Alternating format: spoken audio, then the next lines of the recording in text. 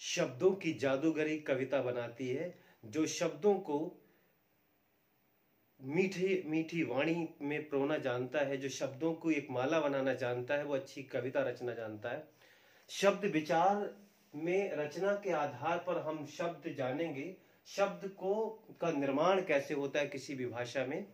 तो यहां देखते हैं कि रचना के आधार पर फॉर्मेशन के हिसाब से हिंदी में 3 प्रकार के शब्द होते हैं, रूढ़, यौगिक और योग रूढ़।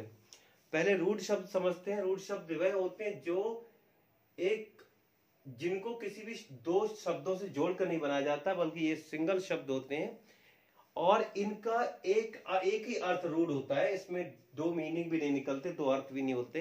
तो एक ही अर्थ जिसका रूढ़ हो किसी एक अर्थ के लिए शब्द, और वो किस शब्दों से जुड़कर ना बना हो किसी से, तो उसका हम उस शब्द को तोड़ ना सके 2 शब्दों में, वो रूढ़ शब्द कहलाते। तो रूढ़ शब्द जैसे लाल, दीमक, कलम, चींटी, कलम, धन, रात, दिन, जग, सरल, मत और पानी।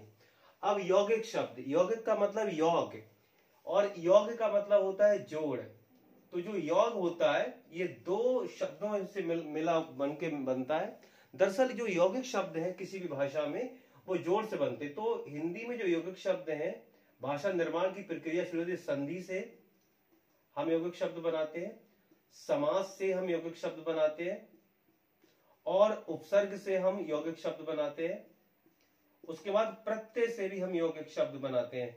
तो ये सभी शब्द को जोड़ने की प्रक्रिया है, शब्द निर्माण की प्रक्रिया है, और उन्हीं को यौगिक कहते हैं। जब 2 शब्दों को जोड़ा जाए या शब्द के अंत में या पहले शब्दांश को जोड़कर शब्द बनाया जाए तो नए शब्द का फॉर्मेशन वो यौगिक कहलाता है। योग होता है जैसे गंगा जल, गंगा का जल 2 शब्द है, गंगा और जल मिलकर बना है। रेल और गाड़ी 2 शब्दों को मिलकर एक शब्द बना है।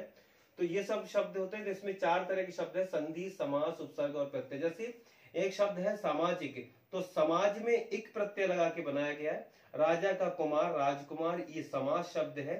यहाँ पर एक विद्यालय है, विद्या प्लस आलय संधि शब्द है। तो इस प्रकार से संधि, समास, उपसर्ग, प्रत्यय, ये इसमें सामाजिक में एक प्रत्यय लगा है।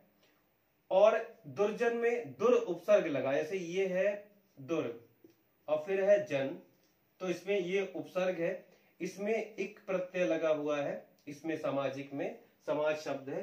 तो इस प्रकार से, और बाकी समाज शब्द, संधि शब्द, जैसे कि हमने कहा विद्यालय, विद्या प्लस आलय संधि शब्द है। और जैसे रसोई के लिए घर या राजा का कुमार, ये समाज शब्द है।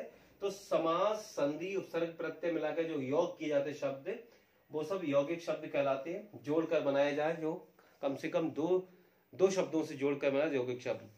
अब योग रूढ़ भी जोड़ के बनाए जाते हैं, लेकिन ये शब्द जब जुड़कर बनता है तो इनका अर्थ किसी तीसरी चीज के लिए रूढ़ हो जाता है, मतलब अर्थ कोई तीसरा निकलता है, उसे योग रूढ़ कहते हैं। जैसे लंबोदर गणेश जी को कहते हैं, चंद्रशेखर शिव जी को कहते हैं, दशानन रावण को कहते हैं, नीलकंठ शिव जी को कहते हैं, गिरधारी भी हमारे कृष्ण जी को कहते हैं, दशरथ जानते हैं, दशरथ के एक रूढ़ शब्द है उनके लिए, 2 शब्दों से मिलकर बना है।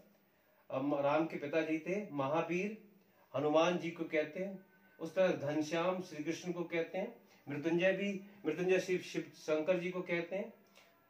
पंकज, ऐसा कमल जो कीचड़ में खिले उसे पंकज कहते हैं। तो ये जो शब्द है ये 2 शब्दों से मिलकर जरूर बने, लेकिन इनका अर्थ किसी तीसरे चीज के लिए रूढ़ हो गया है, तो ये योग रूढ़ है। योग होकर अर्थ के कोई तीसरा निकले वो योग रूढ़। तो ना लंबोदर, ना लंबा का कोई अर्थ है, ना उदर का अर्थ है, अर्थ निकलता है गणेश जी। चंद्रशेखर, ना चंद्र का अर्थ ना शेखर का, और दोनों मिलाकर किसी तीसरे का विशेषण बनना है, जैसे शिव जी। तो इस प्रकार से ये योग रूढ़ है। तो रचना के आधार पर शब्द 3 प्रकार के हैं, रूढ़, यौगिक और योग रूढ़। नमस्कार, फिर मिलते हैं।